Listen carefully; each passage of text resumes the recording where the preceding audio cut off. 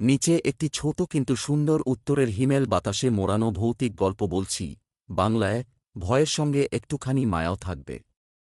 তুষারের মধ্যে সেই ছায়া। উত্তরের সীমান্তবর্তী এক ছোট্ট গ্রাম, রংমাটি। বছরের বেশিরভাগ সময়ই বরফে ঢাকা।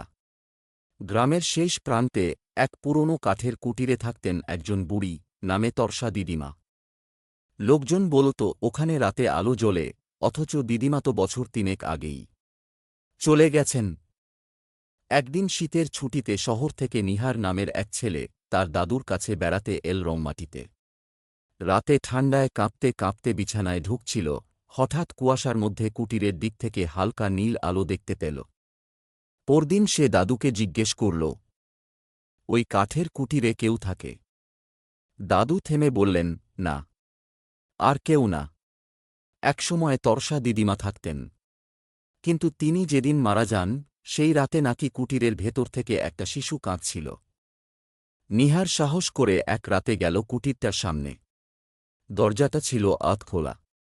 ঢুকতেই চারদিকে বরফের গন্ধ। আর একটা গান, মৃদু গলায় কেউ বলছে, চুপ করে থাকো, শিশু ঘুমাচ্ছে। কিন্তু কুটির ফাঁকা। কোনো শিশুও নেই, মানুষও নেই। শুধু একটা পুরনো দোলনাটুলির ওপর বসে এক জোড়া পায়ের ছাপ। হঠাৎ দোলনাটা নড়ল।